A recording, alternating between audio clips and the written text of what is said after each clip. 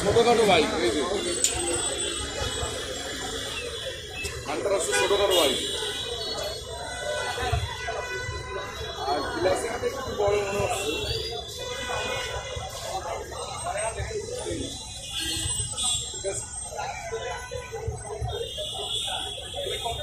হ্যাঁ হ্যাঁ